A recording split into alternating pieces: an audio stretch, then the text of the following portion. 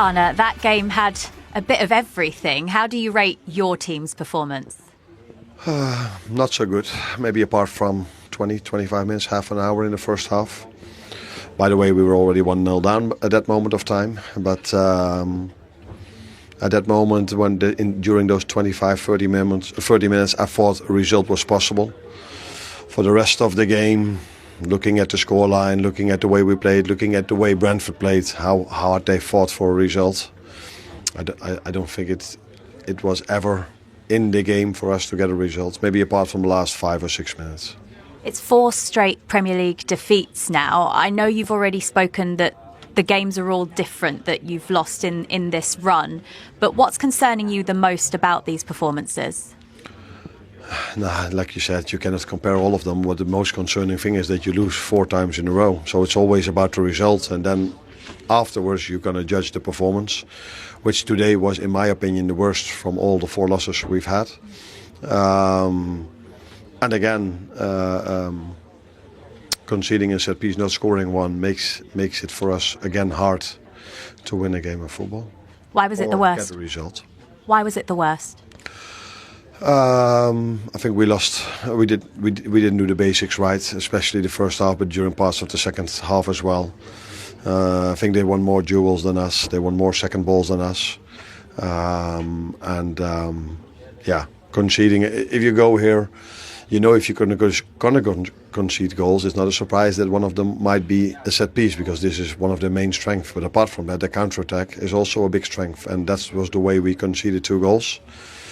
And for me, we were also unlucky with the penalty we conceded, because I'm not too sure if the referee would have given that one if he thought it was inside, but he thought, soft contact outside the box, let's give them a free kick. But yeah, then it turned out to be inside the box, and the VAR had to overturn it because that's his job. And we were 3-1 down, and after that we tried, made some substitutions, but maybe, if I'm completely honest, them scoring at that moment of time maybe was more realistic than us scoring the 3-2.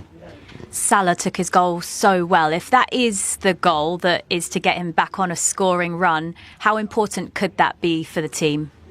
If Mo is going to go on a scoring run, that's definitely going to be important for the team. But football is about scoring goals, but football is also about not conceding goals. And so for so many games now, we've conceded 1, 2, 3 goals, and every time almost also in the first 5 minutes.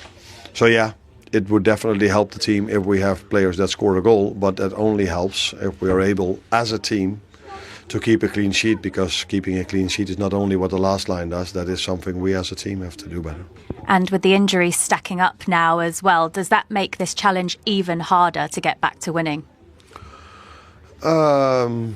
Yeah, you prefer to have all your players available. That's simple and clear. But if that's not the situation, the players we do have available need to bring the results in. And this is something, you can have in a season, that you have a few injuries, and this is what we are what's happening with us now.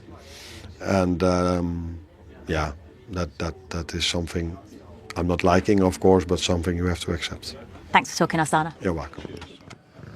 A very honest assessment from Arne Slot there. He was asked by Jules about Mo Salah, though, and was talking about the defence not being good enough, Macca. Is it clear where he feels that their main problems lie?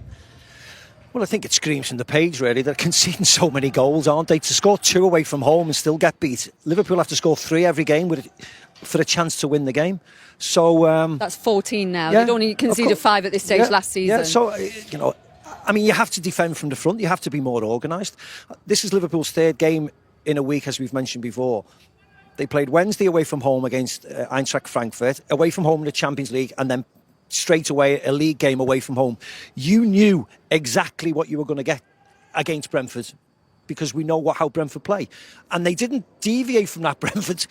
Yet Liverpool didn't set up for this type of game. It was always going to be hard. It's always hard after an away Champions League game. So you have to come in, defend for 20, 25 minutes, play ugly, do whatever you want to stay in the game. And then your good players, when fatigue starts to set in and space starts to appear, that's when you make the most of it.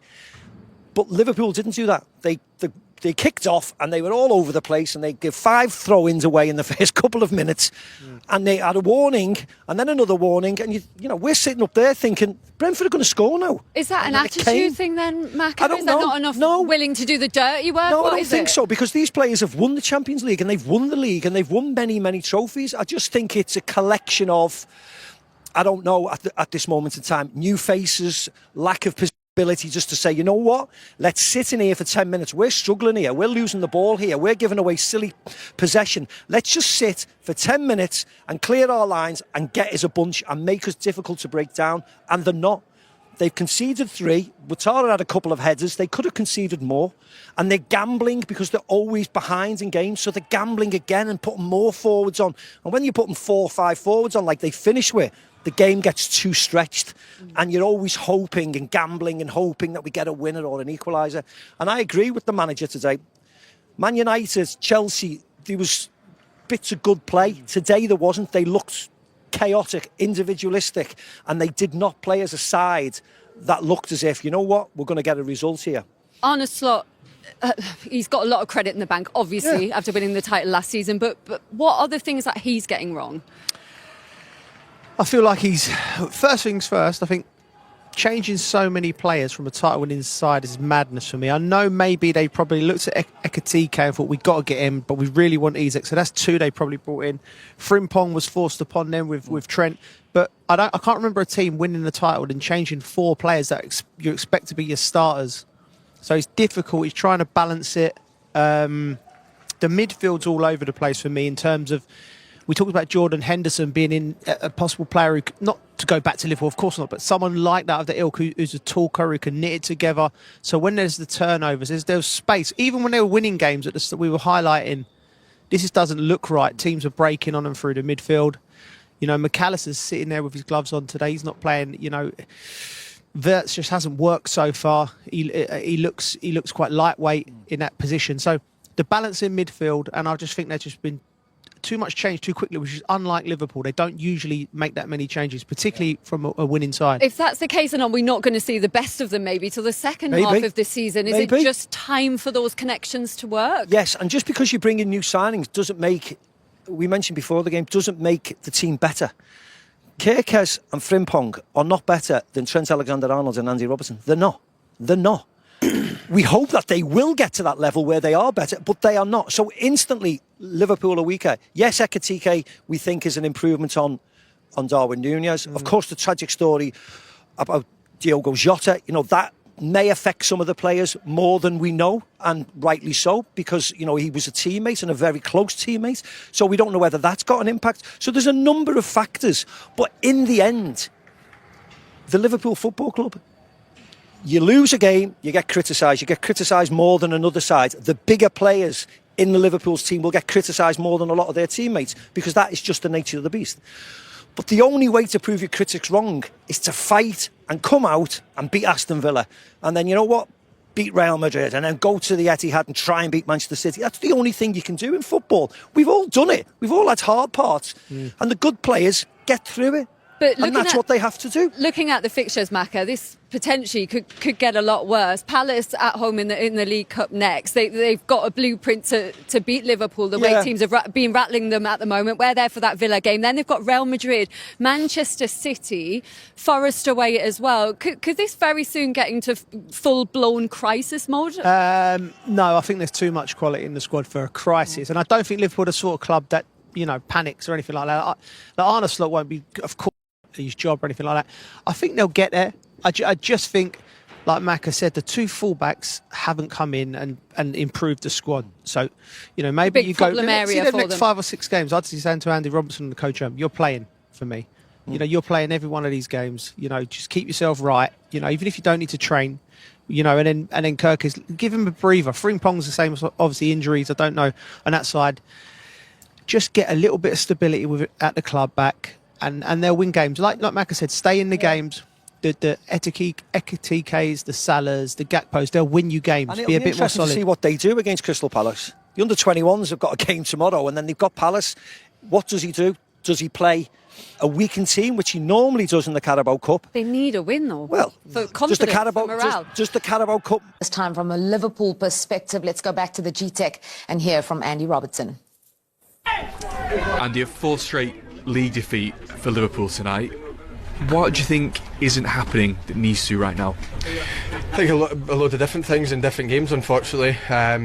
Today, first half, we went up for the fight. I'm not sure it improved too much in the second half, but we thought the one thing when you come to Brentford away, we've been here for years now, the one thing you need to come and fight, because they fight for everything, second balls, really good set piece team, and to be fair to them today, they played really well with the ball as well, and but yeah, we were a step off it.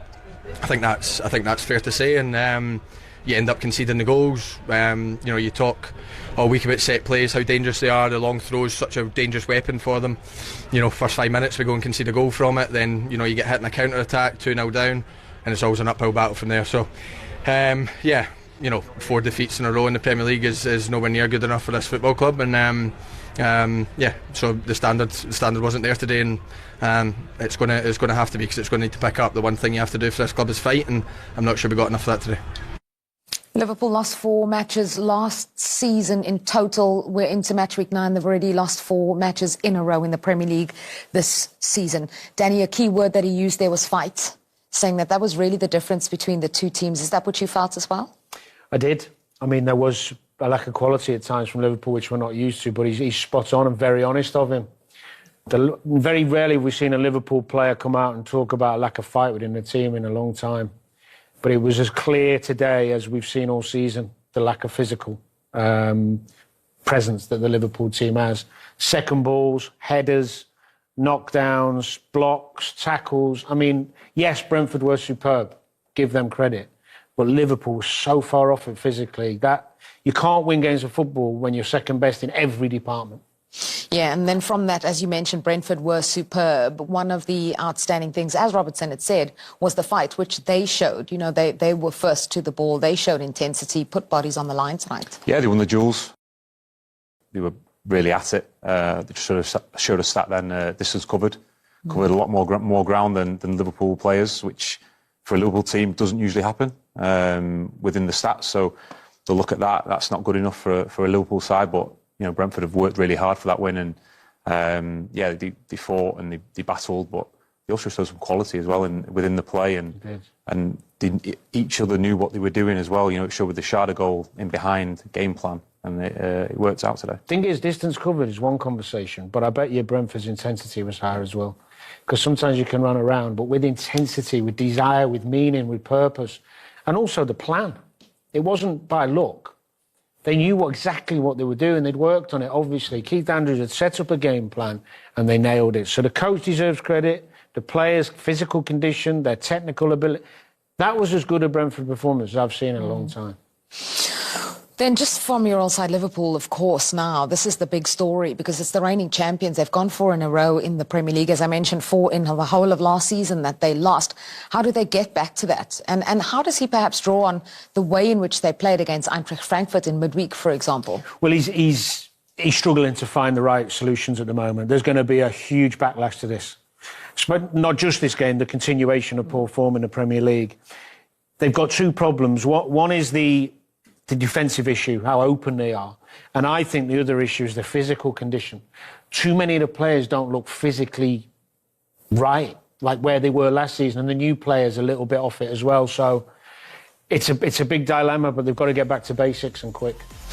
Well, a tough watch for you, Danny. Thank you so much for providing the experts analysis. Thank you to Ben Mee as well. A big night for Brentford. Wonderful to have all of you joining us. The big news, Liverpool have lost for the 4th time in a row. Absolutely mad game. So much drama, so much to digest at the end of that one. But it is ultimately a night that leaves the Brentford fans delighted, but Liverpool fans with still lots of questions and feeling very unhappy still. Absolutely, as the skipper comes to join us. But yes, absolutely. Yes, there's loads of questions that need to be answered. And we will get to that a bit later. But Jordan, congratulations on that victory. What a week for you guys as well, beating West Ham. Following it up, beating the champions. Just tell us what you feel the team did so well out there tonight.